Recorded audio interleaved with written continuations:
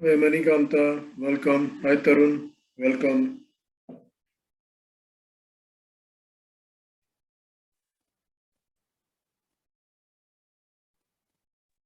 Hi, sir. Good morning. Good morning. Hi Manikanta, welcome. Good morning. Good morning.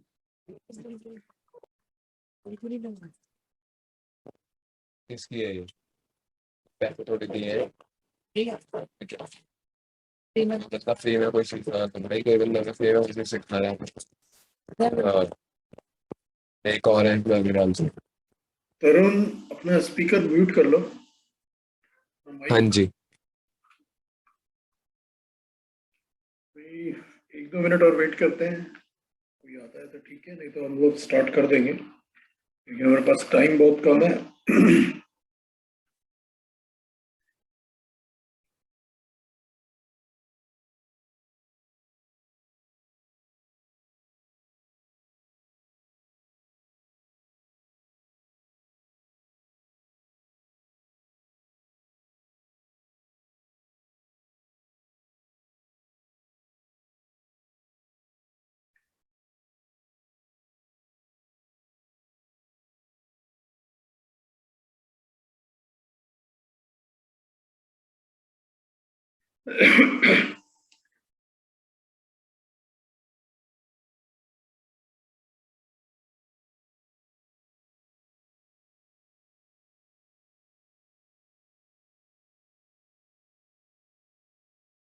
मेरा screen दिख रहा है?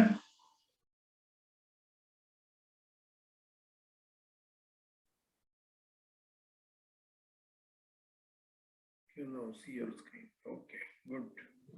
Yes, I can. या चलो ठीक है, अभी हम लोग स्टार्ट करते हैं, फिर जैसे जैसे कोई आता जाएगा देखते जाएंगे।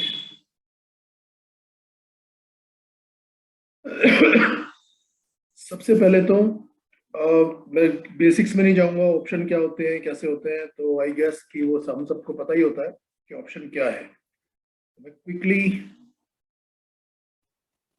वेलकम हिमांशु, तो मैं क्विकली ये बता देता हूँ कि ऑप्शंस जब हम ट्रेड करते हैं तो मेरी नज़रों में ऑप्शंस क्या है। तो बजाय बेसिक्स में जाने के, ऑप्शन जो है, कोई भी एक ऑप्शन होता है, उसकी एक एक्सपायरी डेट फिक्स होती है। उसका एक, चाहे वो 1 महीना हो, 2 महीने हो या 3 महीने हो। बेसिकली ऑप्शन जो है, जब भी हम ऑप्शन में ट्रेड करते हैं तो we are buying and selling time. बस इस चीज को हमें ध्यान रखना है कभी भी ट्रेडिंग करते समय ऑप्शंस में, कि ऑप्शन की एक एक्सपायरी डेट है। और ऑप्शन में एक रहती है इंट्रिंसिक वैल्यू और एक होती है टाइम वैल्यू। तो जो इंट्रिंसिक वैल्यू है वो तो जो उसकी है वो है, लेकिन और साथ में जो उसके टाइम वैल्यू आती है, हमें सिर्फ उस टाइम वैल्यू को ट्रेड करना है। तो हम लोग जो जो भी ट्रेडिंग करते हैं वो बेसिकली हम लोग ट्रेड कर रहे हैं टाइम के ऊपर, टाइम वैल्यू पे। और सब लोग बोलते हैं कि 80% या 90% ऑप्शंस जो है वो वर्थलेस एक्सपायर हो जाती है, वो बेकार हो जाती है, ये हो जाता है। तो हु केयर्स, हमें कोई भी ऑप्शन वर्थलेस है वो एक्सपायर कैसे हो रही है, जीरो पे हो रही है या कुछ भी हो रही है, हमें उससे कोई मतलब नहीं होना चाहिए। हमें ये होना चाहिए कि अपने एक्सपायर होने से पहले तो पूरे 1 महीने तक ऑप्शन जो है वो भी इस तरह ट्रेड होती है। जैसे ये और निफ्टी का ये चार्ट है, जैसे निफ्टी ऊपर या नीचे ट्रेड हो रहा है, तो सिमिलरली ऑप्शन की भी जो वैल्यू है वो इसी तरह वो ट्रेड होती है, वो फ्लक्चुएट होती है। तो चाहे वो जीरो पे एक्सपायर हो रही है, लेकिन एक्सपायर होने से पहले तो उसमें बहुत सारी फ्लक्चुएशंस थी, बहुत सारी वॉलेटिलिटी थी। हमें सिर्फ उस चीज के ऊपर ही फोकस करना है कि ऑप्शन को एक्सपायर होने से पहले हम उसको कैसे ट्रेड कर सकते हैं और उसका एडवांटेज कैसे ले सकते हैं। ठीक है, तो एक तो ये हो गया, ये हमारी एक ऑप्शन है। अब दूसरा ऑप्शन क्यों है, क्योंकि अगर हम सपोज निफ्टी के फीचर्स में ट्रेड करते हैं, तो फीचर में तो हमें जो भी उसका प्राइस चल रहा है या किसी स्टॉक पे, तो उस प्राइस पर ही हम या तो हम इक्विटी में ट्रेड करेंगे या हम फ्यूचर्स में ट्रेड करेंगे। तो हमें उस पर्टिकुलर प्राइस के ऊपर ही बाय या सेल करना है, और फिर उसका जो मार्जिन लगता है वो मार्जिन काफ़ी ज़्यादा लगता है। लेकिन ऑप्शंस जो है, ऑप्शंस हमको डिफरेंट स्ट्राइक प्राइस देती है। हमें एक ऑप्शन मिलता है कि हम किसी एक स्ट्राइक प्राइस पर किसी एक पर्टिकुलर प्रीमियम के ऊपर हम या तो ऑप्शंस बेच सकते हैं या खरीद सकते हैं। तो ये सबसे बड़ा एडवांटेज ऑप्शन का जो है वो ये है, इसमें फ्लेक्सिबिलिटी बहुत ज़्यादा होती है। और एक बार अगर हमने ऑप्शंस में ट्रेड करना सीख लिया, ठीक है, अगर हम उसमें, क्योंकि इस चीज़ को हम सीखने में भी हमें बहुत टाइम लगता है कि ऑप्शंस में एक्चुअली ट्रेड कैसे करना है, because of its expiry value. अगर आपने सपोज एक इक्विटी में शेयर बाई किया, आपने सपोज ये SBI बाई किया 500 पे, अभी 470 चल रहा है, तो अगर इक्विटी में आपने होल्ड करके रखा हुआ है तो वो शेयर आपके पास है। लेकिन जो ऑप्शन है वो 1 महीने के बाद एक्सपायर हो जाएगा, वो वर्थलेस हो जाएगा। तो इसलिए भी ऑप्शंस जो है उसमें जब हम ट्रेड करते हैं तो ट्रेडिंग के लिए हमको बहुत ज़्यादा वो रखना पड़ता है, सावधानी रखनी पड़ेगी, या हम जो सकते हैं कि अटेंटिव रहना पड़ेगा, या हमारे पास वैसी स्ट्रेटजीज होनी चाहिए कि हमें उससे कोई फर्क नहीं पड़े। दूसरा ऑप्शन का जो सबसे बड़ा एडवांटेज है उसमें यह है कि हमारा, सब लोग कहते हैं कि हमारा रिस्क डिफाइंड है, लेकिन रिस्क हमें मैनेज करना आना चाहिए कि हम उसमें उस रिस्क को मैनेज कैसे कर सकते हैं, और ताकि हमारा जो मैक्सिमम रिस्क वो हमारा डिफाइन होता है, लेकिन हमें उस रिस्क को भी कम करना है। इनफैक्ट आज जो बात करेंगे वो यही करेंगे कि अगर हमें ऑप्शंस में लॉस भी हो रहा है तो उस लॉस को हम कैसे कवर कर सकते हैं ऑप्शन दूसरे तरह से, उसमें ऑप्शन में ट्रेड करते हुए। ठीक है, फिर दूसरा है कि ऑप्शंस की बहुत सारी स्ट्रेटजीज हैं। उसमें सबसे बड़ी जो स्ट्रेटजी है, सर एक क्वेश्चन आया स्मॉल. हाँ sure. As a option buyer, can we manage our risk? या वी कैन। मैं अभी जो हमारा जो सेशन है वो ऑप्शन बाइंग के ऊपर ही फोकस है, क्योंकि रिटेल ट्रेडर जो है वो ऑप्शंस बाइंग ही करते हैं। इनफैक्ट इंस्टीट्यूशंस जो है ना, वो सबसे ज्यादा ऑप्शंस बाइंग जो है वो इंस्टीट्यूशंस ही करते हैं। तो ये भी डिस्कस करेंगे कि स्मार्ट मनी या इंस्टीट्यूशंस वो ऑप्शंस को कैसे बाय करते हैं, रिटेल कैसे बाय करता है, और एज ए रिटेल ट्रेडर हम ऑप्शंस को कैसे मैनेज कर सकते हैं। क्योंकि हमारे पास में एक हेजिंग की स्ट्रेटजीज भी है कि हमें जब हम ऑप्शन बाय कर रहे हैं तो हम ऑप्शंस की यूजुअली जो स्ट्रेटजीज हैं, जो सबसे ज़्यादा पॉपुलर होती है डेबिट स्प्रेड। उसके बाद में होती है क्रेडिट स्प्रेड,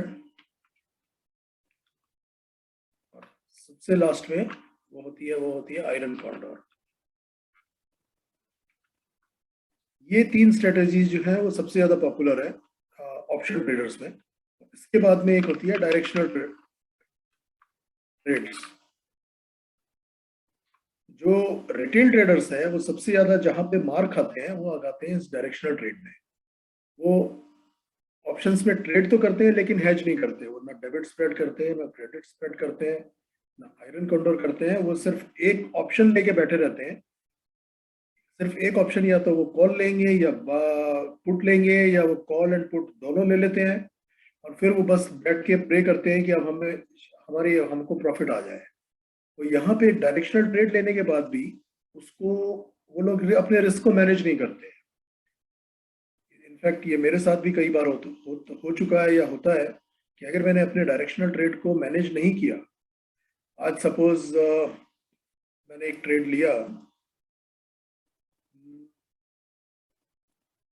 सपोज निफ्टी में मैंने कोई ट्रेड लिया, एक पुट ली, और मार्केट खत्म होने से पहले अगर मैंने इसको हेज नहीं किया और वो मुझे प्रॉफिट दिखा रही है, और मैंने उस अपनी ये डायरेक्शनल ट्रेड को ऐसे ही छोड़ दिया जैसे मैं कई बार छोड़ देता था पहले, तो नेक्स्ट डे अगर मार्केट यहाँ पे भी खड़ी है या थोड़ी सी भी ऊपर आएगी, तो वो जो प्रॉफिट है उसको लॉस में कन्वर्ट होने में 1 घंटा भी नहीं लगता है। 1 घंटा तो क्या, 10 मिनट भी नहीं लगते हैं। मार्केट खुलती है, 10 मिनट पहले वो प्रॉफिट दिखा रही होती है, 10 मिनट के बाद वो लॉस दिखाना शुरू कर देती है। यहाँ पे वही है, क्योंकि ऑप्शंस में हमें जो सबसे ज्यादा जो देखना है वो हमें सिर्फ देखना है कि हमें इसकी एक तो टाइम वैल्यू जो है, और एक ऑप्शन में ऑप्शन का मोमेंटम। सबसे सबसे ज्यादा इंपॉर्टेंट जो चीज होती है किसी भी ऑप्शन के ट्रेड में, वो होती है मोमेंटम। मोमेंटम अगर हमारे फेवर में है तो हमको प्रॉफिट आता है, और अगर मोमेंटम हमारे फेवर में नहीं है तो वो हमें लॉस हो जाएगा। तो उस लॉस को ही मैनेज करना है। उस लॉस को मैनेज करने के लिए ही ये 3 सबसे पॉपुलर स्ट्रेटजीज हैं। तो अब सबसे पहले ये डिस्कस करते हैं कि स्मार्ट मनी जो इंस्टीट्यूशंस हैं वो ऑप्शंस को कैसे बाय करते हैं। इंस्टीट्यूशंस जो है ना, वो कभी भी 1-2 दिन के लिए या 1-2 महीने के लिए बाय नहीं करते हैं। वो हमेशा थर्ड मंथ की जो सबसे फार एंड मंथ होता है उसकी ऑप्शन बाय करते हैं। ऑफ कोर्स वो, जैसे अगर वो यहाँ पे फ्यूचर में बाय करेंगे निफ्टी में, या इक्विटी या किसी स्टॉक में इक्विटी में बाय करेंगे, तो वो ऑप्शंस को भी बाय करेंगे। तो यहाँ पर अगर कोई ऑप्शन है मई में, सपोज अगर जून जुलाई, अगर वो मई में या जून जुलाई में अगर वो ऑप्शन ले रहा है, तो अगर मार्केट यहाँ चल रही है, सपोज अगर मार्केट यहाँ चल रही है, तो वो पहले तो उनको आइडिया रहता है कि डायरेक्शन क्या होने वाला है। वो यहाँ पे कहीं पे फार आउट ऑफ द मनी, और वो भी फार मंथ की। अगर वो जून में ट्रेड करेगा तो जुलाई अगस्त सितंबर की कोई भी ट्रेड करेगा, और यहाँ पे कहीं पे फार आउट ऑफ द मनी जिसका प्रीमियम बहुत कम है, और वो बहुत ज़्यादा बहुत बड़ी क्वांटिटी में बाय करते हैं, क्योंकि उनका ये रहता है कि हमें 3 महीने इस ऑप्शन के साथ में होल्ड करके रखना है। 3 महीने के बाद हमारा जो प्रॉफिट आएगा वो तभी आएगा जब ये ऑप्शन इन द मनी हो जाएगा। अदरवाइज वो, उनकी अपनी कुछ स्ट्रेटेजीज होती है, अदरवाइज वो दूसरे तरह से इसका जो रिस्क है वो दूसरे तरह से मैनेज करते हैं। उसको इक्विटी में ट्रेड करेंगे, या इक्विटी में या फ्यूचर्स में भी ट्रेड करेंगे, और इस रिस्क को वो लोग वैसे कवर करते हैं। तो यहाँ पर भी हम कर सकते हैं। इनफैक्ट 3 महीने नहीं, वो तो 6 महीने, 1 साल का भी ऑप्शन आता है। और वो लोग जब भी ऑप्शन की बाइंग या सेलिंग करते हैं, वो 6 महीने आगे की या 1 साल आगे की ऑप्शंस की भी बाइंग या सेलिंग करते हैं। बट मोस्टली वो लोग जो बड़े HNIs हैं, 25 lakhs या 50 lakhs की जिनकी कैपिटल होती है, या जो इंस्टीट्यूशंस हैं, यूजुअली वो लोग करते हैं। रिटेल ट्रेडर्स जो हैं वो हमेशा करंट मंथ की करते हैं, और इनफैक्ट उनको, हमारे जैसे जो रिटेल ट्रेडर्स हैं, उन्हें करनी भी चाहिए करंट मंथ की ही, लेकिन उस ऑप्शन को लेके बैठना नहीं है। हमारे ऑप्शन की जो भी ट्रेड है वो नेक्स्ट 2-3-4 या मैक्सिमम 5 दिन का होना चाहिए, इससे ज़्यादा नहीं। 3 दिन में अगर हमको प्रॉफिट आ रहा है तो हम उसको कैरी फॉरवर्ड करेंगे, और अगर हमें प्रॉफिट नहीं आ रहा है तो 3 दिन से पहले ही हम उसमें से निकल के, या तो हम उसको अपना रिस्क मैनेज करेंगे, लॉस हो रहा है, चाहे हम अपनी पोजीशन को एडजस्ट करें, पोजीशन को रिवर्स करें, या कुछ भी करें। और अगर प्रॉफिट आ रहा है, जैसे यहाँ पर सपोज अगर पुट किसी ने बाय कर रखी है और वो लगातार प्रॉफिट आ रहा है यहाँ पर 2-3 दिन, इस दिन अगर मार्केट ऊपर गई या मार्केट यहाँ पे खड़ी हो गई, तो चाहे वो मार्केट ऊपर नहीं गई, ठीक है, लेकिन ये जो ऑप्शन का जो प्रीमियम है वो बिल्कुल कम हो जाएगा। तो अगर हमें प्रॉफिट भी हो रहा था तो वो या तो कम हो जाएगा या बिल्कुल जीरो हो जाएगा। तो हमें कोशिश ये करनी है कि 2 या 3 दिन या मैक्सिमम 5 दिन में हम ऑप्शंस में जो भी हमारा प्रॉफिट या लॉस है वो लेकर हम निकल जाए। सबसे पहले तो ये ध्यान रखना है, क्योंकि उसके बाद हमें कोई परवाह नहीं है कि ये ऑप्शन जो है, यहाँ पर सपोज मार्केट है 18,000 में, अगर किसी ने 17,000 की भी पुट ले ली far out of the money, तो यहाँ पे किसी को अभी तो एक्सपायर होने में मंथ में काफ़ी टाइम है।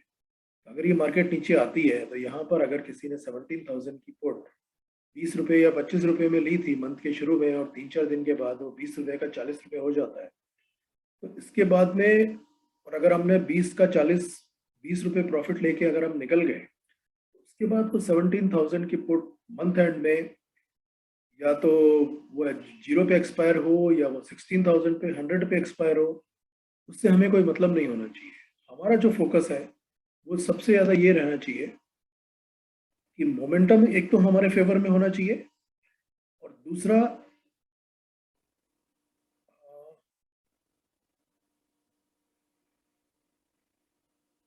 या श्योर, ठीक है, आई विल। तो यहाँ पर okay, first of all we shall see momentum should be in our favor while trading into options, and more of the most of the time we should trade options with hedging. Anyways, let me speak in Hindi, and in between I will try to speak in English. Otherwise, अभी जो मैं बोल रहा था, जो मैं सोच रहा था, continuity will be disturbed. सबसे Sir, पहले weekly, well, sorry, yeah, sure, go ahead. sir, weekly options में trade नहीं करना चाहिए? Just a doubt. नहीं, You were telling, sorry? नहीं करना चाहिए weekly. It is better not to trade in weekly, क्योंकि वीकली में हमारे पास टाइम नहीं है। वीकली में भी कर सकते हैं, वीकली की भी स्ट्रेटेजीज यहाँ पे डिस्कस करेंगे, लेकिन जब वीकली में करेंगे तो हम वहाँ पे हमारी जो ट्रेडिंग है वो मतलब for in the money option होना चाहिए। ऑप्शंस में ट्रेड करेंगे तभी हम कुछ कर सकते हैं, otherwise it is always better to trade in stocks rather than Nifty and on monthly options, क्योंकि मंथली में हमारे पास टाइम हमारे हाथ में होता है, and we can manage time and we can manage its premium। ठीक है, तो अब हमको ऑप्शंस में जब भी ट्रेडिंग करनी है तो हमें सिर्फ टाइम को मैनेज करना है, टाइम एंड वॉलेटिलिटी। अब टाइम को कैसे मैनेज करते हैं? लेट्स से मंडे को अगर मुझे निफ्टी में ट्रेड करना है, लेट्स से मुझे कॉल पुट की ट्रेडिंग करनी है, बिकॉज आई स्टिल थिंक कि मार्केट अगर नीचे जा रहा है, क्योंकि जो ये दिखा रहा है वो डिस्कस करेंगे कि जो सेटअप्स हैं वो कैसे हैं। अगर ये दिखा रहा है सेटअप की ये नीचे जा सकता है, तो यहाँ पर मंडे को जो मेरी कोशिश होगी, जब मैं पुट बाय करूँगा तो मैं in the money put buy करूँ 17,200 या 17,100 की पुट बाय करूँ, और मेरी कोशिश होगी कि मैं एक फार आउट ऑफ द मनी या थोड़ा out of the money like 16,800 या 16,900 की पुट जो है वो सेल करूँ। ये जो डिफरेंस ऑफ प्रीमियम है, ठीक है, ये मेरा मैक्सिमम रिस्क हो जाएगा उस पर्टिकुलर ट्रेड के लिए, डेबिट स्प्रेड के लिए। लेकिन अब मेरी कोशिश ये होनी चाहिए कि सपोज अगर मार्केट नीचे जा रही है तो मुझे कोई प्रॉब्लम नहीं है, वो जो ये मार्केट और थोड़ा 16,900 के नीचे आएगी या 16,800 के नीचे आएगी, तो मेरी जो इन द मनी ऑप्शन है वो तेजी से उसका प्रीमियम बढ़ेगा, और जो एट द मनी ऑप्शन है या out of the money option है उसका प्रीमियम कम तेजी से बढ़ेगा। तो नेट जो है, जब भी मुझे प्रॉफिट मिलेगा 3 या 4 दिन में, तो वो प्रॉफिट लेके मुझे निकल जाना है। ठीक है, कंसेप्ट इज क्लियर कि निफ्टी में ऑप्शंस में, नॉट निफ्टी, ऑप्शंस में हमें जब भी ट्रेड करना है, आई वेलकम यू ऑल जिन्होंने बाद में ज्वाइन किया है। हम लोग डिस्कस कर रहे थे कि ऑप्शंस एक्चुअली है क्या। ऑप्शंस में हम लोग ट्रेड क्या करते हैं? ऑप्शंस में हम लोग ट्रेड करते हैं टाइम को, वो हमारी टाइम वैल्यू है जिसको हम ट्रेड करते हैं, और टाइम को ही मैनेज करते हैं। तो टाइम को मैनेज करने के लिए हमारे पास ऑप्शंस में ट्रेड करने की ये स्ट्रेटजीज हैं, डेबिट स्प्रेड है, क्रेडिट स्प्रेड है, आयरन कंडोर है, एंड डायरेक्शनल ट्रेड्स हेज नहीं होते हैं, ये यूनिडायरेक्शनल होते हैं। या तो हम कॉल बाय करते हैं या हम पुट बाय करते हैं, लेकिन उसकी कुछ भी हेजिंग नहीं करते हैं। और हाँ, दूसरा एक और चीज है कि डायरेक्शनल ट्रेड जब भी करो, डायरेक्शनल ट्रेड जब भी करोगे तो वो कोशिश करो कि सिर्फ इंट्राडे के लिए करो। इंट्राडे के बाद मार्केट क्लोज होने से पहले अगर आपके पास में एक ऑप्शन है, या तो आप उस ऑप्शन को कवर करके जाओ, प्रॉफिट या लॉस जो भी आ रहा है, प्रॉफिट आ रहा है तो बहुत ही अच्छा है, नहीं तो उसको हेज करके जाओ 350 into 320, उसको हेज करके छोड़ दो। अगर नेक्स्ट डे कैरी करना है, किसी भी ऑप्शन को आप नेकेड ऑप्शन को अगले दिन के लिए छोड़ के नहीं जाना है कभी भी। अगर नेकेड ऑप्शन ट्रेड करना है तो इंट्राडे के लिए ट्रेड करो, और उसको या तो 320 तक उसको कवर कर दो, अदरवाइज उसको अगर कैरी फॉरवर्ड कैरी करना है नेक्स्ट डे के लिए तो उसको हेज करके जाओ। अब सबसे पहले जो चीज हमको देखनी चाहिए, हेज कैसे करेंगे सर? वो अभी डिस्कस करते हैं ना।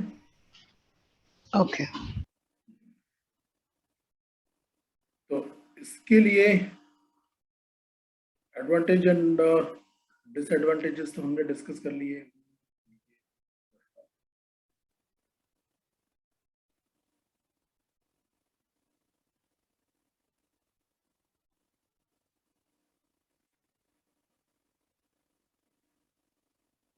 ठीक है, तो ये अच्छा, ऑप्शंस के लिए सबसे ज़्यादा जो इम्पोर्टेंट इंडिकेटर्स हैं, सबसे इम्पोर्टेंट है बोलिंजर बैंड जो सबसे ज़्यादा यूज होता है, उसके बाद RSI, और ये मोमेंटम, फास्ट मोमेंटम जो हम लोग सबसे ज़्यादा डिस्कस करते हैं, RSI एंड ये ADX, ये 4-5 इंडिकेटर्स जो है वो सबसे ज़्यादा इम्पोर्टेंट है। RSI तो हमको ये दिखाता है कि भाई मोमेंटम किस तरफ जा रहा है, नीचे की तरफ है या ऊपर की तरफ है। अच्छा, ये जो हमारा बेस है, रेड और ब्लू लाइन, ये SMA 100 SMA के ऊपर है तो हम सेल नहीं करेंगे, बाय करेंगे, और 100 SMA के नीचे है तो हम बाय नहीं करेंगे। तो यहाँ पर किसी भी कंडीशन में हम कॉल की ऑप्शन नहीं देखेंगे यहाँ पर, क्योंकि वो 100 SMA के नीचे है, ये डेली है। सेम चीज किसी भी टाइम फ्रेम में अगर हमें इंट्राडे करना है तो हम आवरली देखेंगे, और अगर हमें पोजीशन लेनी है 2-3 दिन के लिए तो फिर हम डेली देखेंगे, आवरली एंड डेली। इसके अलावा कोई टाइम फ्रेम नहीं देखेंगे। 4 आवर्स का देख सकते हैं डेली की जगह, डेली देखो या 4 आवर्स देखो, डजेंट मैटर, लेकिन आवरली या डेली, सिर्फ ये 2 टाइम फ्रेम्स देखने। और जो हमारी ट्रेडिंग है वो नेक्स्ट 2 या 3 दिन के लिए होनी चाहिए, इसके बाद में इससे ज्यादा की ट्रेडिंग नहीं होनी चाहिए, मैक्सिमम 5 डेज मैक्सिमम। अगर 2 दिन में हमें प्रॉफिट आ रहा है तो हम उसको कैरी फॉरवर्ड करके आगे लेके जाएंगे, अदरवाइज 2 दिन में हमें प्रॉफिट नहीं आ रहा है, अगर हमारा स्टॉप लॉस हिट नहीं भी हुआ है तो भी हम उस ऑप्शन से निकल जाएंगे, दोबारा हमें सेटअप मिलता है वैसा का वैसा, तो हम फिर से बाय करेंगे। लेकिन 2 दिन के अंदर या तो इंट्राडे में ही अगर लॉस आ रहा है तो हम 1-2 दिन के लिए कैरी कर सकते हैं अगर इंट्राडे में लॉस आ रहा है, अदरवाइज इंट्राडे में भी हम अपना लॉस लेके निकल जाएंगे या हम उसको एडजस्ट करेंगे। ठीक है, तो ये डेली में। आर्ली में सबसे पहले इसने हमें ये दिखा दिया था कि प्राइसेस जो है वो 100 SMA के नीचे है यहाँ पर ही, जबकि डेली में नहीं आया था। तो यहाँ पर अब इंट्राडे में भी यहाँ से हमें पुट ऑप्शंस पे ट्रेडिंग शुरू कर देनी चाहिए थी, लेकिन वो ट्रेडिंग यूनिडायरेक्शनल होती, सिर्फ हम पुट बाय करते हैं, हेज नहीं करते, बाय करते हैं और एंड ऑफ द डे निकल जाते हैं। और अगर नहीं निकलना था तो फिर हम वहाँ पे उसको हेज करके जाते हैं। हेजिंग करने के लिए जो बेस्ट स्ट्रेटजी होती है वो होती है डेबिट स्प्रेड। ये तो हम स्टार्ट में ही, जैसे ही हम अपना ट्रेड ले रहे हैं, बाय का ले रहे हैं, तो उसी के साथ में हम सेल का भी ट्रेड ले सकते हैं। डेबिट स्प्रेड होता है, हम एक सेम डायरेक्शन में एक कॉल बाय करते हैं, चाहे वो एट द मनी करें, इन द मनी करें या आउट ऑफ द मनी करें। और एक आउट ऑफ द मनी की जैसे अगर यहाँ पे हम पुट बाय करते हैं, फिर एक आउट ऑफ द मनी की, फार आउट ऑफ द मनी की पुट भी सेल करते हैं। तो जो एक प्रीमियम हमने पे किया, सपोज 100 का प्रीमियम पे किया और यहाँ पे 50 का प्रीमियम हमने चार्ज किया, तो जो 50 और 100 का जो डिफरेंस है वो हमारा रिस्क हो जाता है। ठीक है। सिमिलरली कॉल में अगर हमने यहाँ पे 17,500 की कॉल बाय की, तो फिर हम आगे 600 या 700 या 800 की एक कॉल शॉर्ट भी करेंगे। Excuse me. जो दोनों के बीच का जो डिफरेंस है, ये हम दो चीजें एक साथ कर सकते हैं। या तो जैसे ही हमारी एक कॉल बाय हुई या यहाँ पे एक पुट बाय हुई, सिमिलरली जैसे ही बाय हुई इमीडिएटली जो भी हमारा दूसरी पुट का प्राइस चल रहा है उस पर मार्केट रेट पे सेल कर देंगे। या अगर हमें लग रहा है कि मार्केट थोड़ा और नीचे जा सकता है तो हम एक लिमिट का ऑर्डर डाल के छोड़ सकते हैं। सपोज वो 50 रुपीज़ का चल रहा है तो हम 52 या 53, अगर हमारा ये सिस्टम कहता है कि और नीचे जा रहा है तो हमने 100 पे बाई किया, 50 दूसरी पुट की वैल्यू चल रही है, उसको 52, 55 पे हम एक लिमिट का ऑर्डर डाल के छोड़ सकते हैं। तो उससे हमारा क्या होगा, रिस्क थोड़ा सा और कम हो जाएगा, इससे ज़्यादा कुछ नहीं होगा। या तो इमीडिएटली मार्केट रेट पे सेल कर दो या उसको वेट कर लो। ये है डेबिट स्प्रेड। ये सबसे ज़्यादा पॉपुलर और सबसे इम्पोर्टेंट स्ट्रेटजी है जब भी हम हेजिंग करते हैं। अगर यूनिडायरेक्शनल स्ट्रेटजी भी है, सपोज यहाँ पे हमने पुट बाय की और उसको सिर्फ छोड़ दिया, मार्केट नीचे आ रही है आ रही है आ रही है, मार्केट क्लोज होने के पहले 3 बजे के बाद बिटवीन 3 एंड 3:30 तब हम एक और जो नीचे की एक पुट है उसको सेल करके इसकी हेजिंग कर सकते हैं। तो यहाँ पर हमें थोड़ा सा और एडवांटेज मिल सकता है कि यहाँ पर अगर हमने 100 में बाय किया, यहाँ पर वो 120 उसका प्राइस हो गया, जो 50 का प्राइस था हो सकता है कि वो 60 हो जाए या 55 हो जाए, क्योंकि इसका प्रीमियम तेजी से बढ़ेगा और ये वाली जो स्ट्राइक प्राइस है उसका प्रीमियम उतनी तेजी से नहीं बढ़ेगा। या तो हम यहीं पर दोनों को ट्रेड कर लें या थोड़ी वेट करें और मार्केट क्लोज होने से पहले सिर्फ उसका एक एडवांटेज ले सकते हैं, ये कर सकते हैं। लेकिन हमें नेक्स्ट डे के लिए कोई भी नेकेड ऑप्शन छोड़ के नहीं जानी है। आज भले ही ये ऑप्शन हमको 4 या 5 हज़ार का भी प्रॉफिट दिखा सकती है, लेकिन नेक्स्ट डे अगर मार्केट खुली और अपनी सिर्फ इस जगह पर ही अटकी रह गई तो हमारा इसका प्रीमियम जो है वो बहुत कम हो जाएगा। सिमिलरली अगर हम यहाँ पे इसको हेज करके गए, मार्केट अगर यहाँ पे रुक गई, तो ये जो हमारी इन द मनी ऑप्शन है इसका प्रीमियम उतनी तेजी से कम नहीं होगा, लेकिन जो हमारी out of the money option है उसका प्रीमियम काफी तेजी से घटेगा। वही जो डिफरेंस है वो फिर से अपने आप ही कम हो जाएगा। ये एक इसके साथ में एडवांटेज है। दूसरी चीज है, ऑप्शन को भी हम फ्यूचर्स की तरह ट्रेड कर सकते हैं। फ्यूचर्स की तरह ट्रेड करना होता है क्योंकि ऑप्शन का जो प्रीमियम है इसका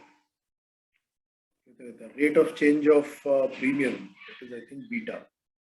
जो एट द मनी जो स्ट्राइक प्राइस होता है उसका जो प्रीमियम है वो 50% से कम होता है या बढ़ता है, उसका जो बीटा है वो 50% होता है। यानी कि अगर फ्यूचर का इंडेक्स, अगर निफ्टी 100 पॉइंट्स नीचे आएगा, अगर निफ्टी यहाँ पे ट्रेड हो रहा है ठीक है 17,600 पर और हमने 17,600 की पुट बाय की, 17,500 पे या 17,300 पर ये तो फ्यूचर तो नीचे 300 पॉइंट नीचे गिर गया। अगर फ्यूचर में ट्रेड किया होता तो 300 पॉइंट्स मिलते, लेकिन जो इसका जो ऑप्शन है उसका जो प्रीमियम है वो यहाँ तक 17,500 तक या इवन 450 तक 50% से बढ़ेगा। यानी 100 पे लिया था तो ये 100 पॉइंट नीचे गिरा तो वो 50 पॉइंट ही बढ़ेगा। लेकिन जैसे जैसे वो डीप इन द मनी होता जाएगा उसका जो बीटा है वो बढ़ता जाएगा। बीच में हो सकता है 400 पर या 450 पर वो 60% हो जाए, थोड़ा और 400 पर वो 90% हो जाए, और ज़्यादा डीप इन द मनी जाएगा तो 300 पर हो सकता है कि वो 100% या क्लोज टू 100% हो जाए, 95% हो जाए। यानी कि अगर 50 पॉइंट निफ्टी गिरेगा तो उसके साथ में ऑप्शन की भी वैल्यू जो है वो 90%, यानी एक रुपया अगर ऑप्शन ये फ्यूचर गिरता है तो वो 90 पैसा जो पुट ऑप्शन है उसकी वैल्यू बढ़ेगी। तो ये ऑप्शंस को अगर हमें फ्यूचर की तरह ट्रेड करना है तो इसमें जितने ज़्यादा वो deep in the money option होता जाएगा वो फ्यूचर की तरह बिहेव करता जाएगा। तो 10 मिनट रह गए। नेक्स्ट सेशन जो होगा उसको बाकी का लेंगे। तो सर ये एक क्वेश्चन, हाँ पूछिए। ये जो आपने जैसे ये आपका ये ट्रेडिंग व्यू का सॉफ्टवेयर है, ये पेड वर्जन है इसका? नहीं, ये फ्री वर्जन है। Sir I was trying to, मतलब मैं ये ट्राई कर रहा था कि इंडिकेटर्स लगा रहा था कल, तो उसमें लिखा रहा था कि 3 से ज्यादा नहीं लगा सकते फ्री वाले में। हाँ नहीं, मैं प्रोग्रामर हूँ ना, मैं इंजीनियर हूँ, तो मैंने क्या किया है, एक ही इंडिकेटर में तीन या चार कोड कर दिया। ये मैं सबके साथ शेयर कर लूंगा। एक ही इंडिकेटर में मैंने ये सब ओके, कोड करके रख दिया। तो अब जब मुझे चाहिए, जो भी चीज चाहिए होती है वो मैं लगा देता हूँ। जैसे ये बुल पावर बियर पावर है, ये भी मेरा इंडिकेटर है। इसमें मैंने RSI भी लगा दिया और ADX भी लगा दिया। अब मुझे जो भी चाहिए होता है सिर्फ मैं उसका ऑप्शन, जैसे ये बुल बियर पावर है, RSI हटा दिया, तो इसका जो ये रेड और ग्रीन है, ये इसका जो क्रॉसओवर है वो हमारा बाय और सेल का वो होता है, इंडिकेटर होता है। इसको हटा दो, RSI को लगा दो और इसको हटा दो। और ADX भी मैंने इसी में यहाँ पर लगा दिया। दूसरा ऑप्शन का जो ये है फास्ट मोमेंटम, ये भी इंडिकेटर है, इसको जी स्कोर भी कहते हैं, जो अविरल सर सबसे ज़्यादा डिस्कस करते हैं। ये भी अब नेक्स्ट सेशन में इसमें भी डिस्कस करेंगे कि हमारे जो बाइंग के बाय और सेल के जो सेटअप है वो कौन कौन से होने चाहिए। इसमें यह है कि कोई भी मोमेंटम में स्टीम कितनी है वो हमें ADX बताता है, चाहे हमारा सेटअप कितना भी अच्छा हो। ADX अगर 25 के नीचे है तो वो ऑप्शन में उस पर्टिकुलर ऑप्शन में ट्रेड मत करो, मतलब उस पर्टिकुलर एसेट में ट्रेड मत करो। SBI में चेक करते हैं, ये अभी तो आजकल सभी ऊपर है, बहुत ज़्यादा हुआ है। तो अगर 25 के नीचे है, जैसे ये यहाँ पे चल रहा है कि नीचे आ रहा है, ये 25 के नीचे है, तो ऑप्शंस में ट्रेड मत करो, फ्यूचर्स में ट्रेड कर लो, या ऑप्शंस में करना है तो बिना हेजिंग के ट्रेड मत करो, यूनिडायरेक्शनल ट्रेड नहीं करो। और अगर ये ADX है, ऑप्शंस में ट्रेड करने का सबसे पहला जो रूल है ये है कि हमारा जो ADX है वो 25 के ऊपर होना चाहिए, 25 या 25 के ऊपर। और जो हमारा ये फास्ट मोमेंटम है, जब हम पुट में ट्रेड करेंगे, वो हम नेक्स्ट सेशन में डिस्कस करेंगे, तो ये हमारा -2 या उसके नीचे होना चाहिए, या एक बार टच करके ऊपर आना चाहिए। और कॉल कॉल को ट्रेड करने के लिए ये +2 के ऊपर होना चाहिए। प्लस दूसरा जो हमारे ये है ऑप्शन है, जो ये हमारे इंडिकेटर्स हैं, 100 पीरियड मूविंग एवरेज, ऐसे में प्राइस इसके ऊपर है या इसके नीचे है। अगर इसके नीचे है तो हम पुट फास्ट देखेंगे। मोमेंटम एक बार प्लीज रिपीट करना। फास्ट मोमेंटम में दो वैल्यूज हम चेक करते हैं, +2 एंड -2। तो एक तो हमारा ADX 25 के ऊपर होना चाहिए, कॉल के, ये दोनों में काम करेगा, कॉल के लिए भी पुट के लिए भी। और पुट के लिए हमारा जो फास्ट मोमेंटम है ये -2 क्रॉस करके आना चाहिए, या तो -2 के नीचे चल रहा हो या -2 पे टच करके ऊपर आ जाएगा तो भी कोई प्रॉब्लम नहीं है। अगर ये -2 टच करके ऊपर आ भी गया और इसने +2 टच नहीं किया तो वो ट्रेंड इसका नीचे ही रहेगा, और हम यहाँ पे कहीं पे भी इसकी किसी एक वैल्यू पे यहाँ पर हम शॉर्ट की वैल्यू या पुट का ये कोई भी एक ट्रेड कर सकते हैं यहाँ पर, जब तक। और दूसरा इसके साथ में जो हमें ट्रेड देखना है वो ये हमें देखना है कि RSI कहाँ है, और कहाँ है से सबसे ज्यादा इंपॉर्टेंट होती है कि आरएसआई क्या टच करके आई है। यहाँ पर आरएसआई 70 के ऊपर टच करके आई है। यहाँ पे इसने 70 क्रॉस किया, थोड़ा नीचे आई, यहाँ पे 70 क्रॉस किया, नीचे आई। तो जब तक आरएसआई 70 ये मतलब 30 टच नहीं करती है, हमें इसको कॉल की ट्रेड्स लेने हैं, मतलब बाई के ट्रेड्स लेने हैं। अगर प्रोवाइडेड कि प्राइसेस भी जो है वो इसके ऊपर चल रहे हैं। प्राइस अगर एक बार इसके नीचे आ गया 100 के, तो हम यहाँ पर आरएसआई की वेट करेंगे कि आरएसआई एक बार एटलीस्ट 40 के नीचे आए, 40 टच करे। 40 अगर आरएसआई ने टच कर लिया और प्राइसेस 100 के नीचे आ गए, और फिर उसके बाद में हम यहाँ पे वेट करेंगे -2 की। यहाँ पर आरएसआई 40 के नीचे है, प्राइस इसके नीचे है। बोलिंजर बैंड को हम बाद में लेंगे, वो स्टैंड अलोन उसका है। इसके बाद में आराम से हम लोग यहाँ पर आंख बंद करके पुट के ट्रेड ले सकते हैं, लेकिन पुट के ट्रेड में भी हमको सट्टा नहीं मारना है। इसमें हैजिंग के साथ ही ट्रेड करना है। अब यहाँ तो हम क्रेडिट स्प्रेड ले सकते हैं। तो अब यहाँ पर अगर मुझे मंडे को ट्रेड लेना है, मैं इन द मनी, जैसे टाटा स्टील है, टाटा स्टील में तो ऑलरेडी मैं हूँ, मतलब मैंने 1180 की पुट बाय कर रखी है और 1160 की पुट जो है वो सेल कर रखी है। मुझे वो प्रॉफिट तो दिखा रहा है, लेकिन वो प्रॉफिट कम दिखा रहा है। मुझे उसको किस तरह मैनेज करना है वो मंडे को देखूंगा। लेकिन अगर मुझे निफ्टी में देखना है, तो निफ्टी में मेरी कोशिश होगी मंडे को 17,000 की मैं पुट बाय करूंगा और 16,800 या 16,900 की मैं पुट सेल करूंगा। यहाँ पर मैं दो काम कर सकता हूँ।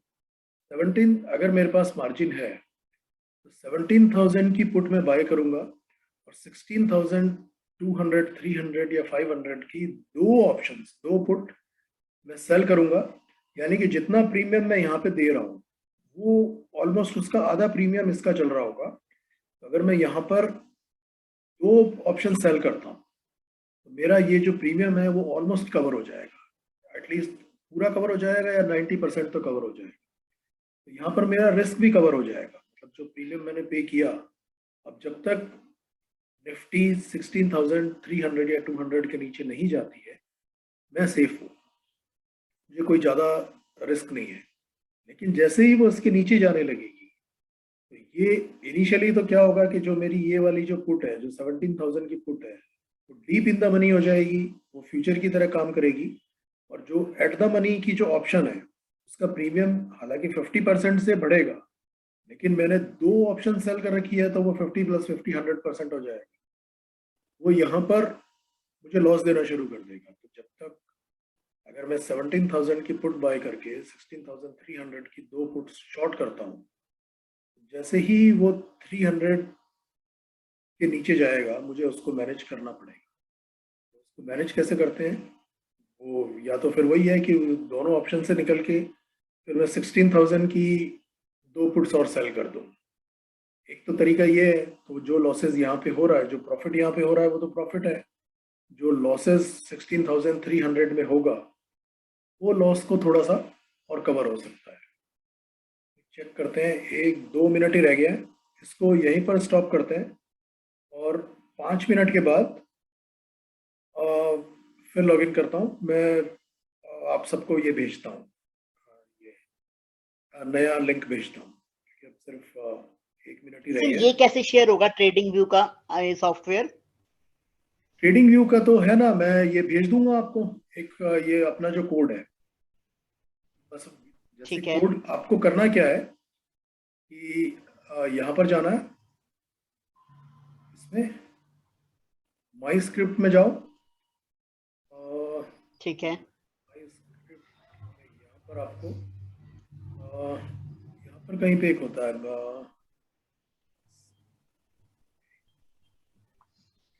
न्यू स्क्रिप्ट करके कुछ होता है, एक सेकंड वो भी मैं चेक कर लूंगा। न्यू स्क्रिप्ट खोलना, न्यू स्क्रिप्ट बनाना, और ये वाला जो कोड है, ठीक है, जो मैं आपको भेजूंगा वो as it is copy paste कर देना, वो हो जाएगा। ये यहाँ ठीक पर है है सर, शायद, थैंक यू। यहाँ पर है ना मेक कॉपी, या आई डोंट नो, यहाँ पे कोई वो चेक कर लेना, एक न्यू स्क्रिप्ट करके आता है, तो ये भी आ जाएगा, ये भी आ जाएगा और ये भी आ जाएगा। उसके बाद में ये है स्टार्टिंग में है, ये मेरे कुछ ये स्कैन्स हैं, वो स्कैन्स भी भेज दूंगा, स्कैन को भी कॉपी कर लेना। ठीक है, चलो अभी मैं मीटिंग को एंड करता हूँ और फिर से आप लोगों को लिंक भेजता हूँ नई इसका मीटिंग का।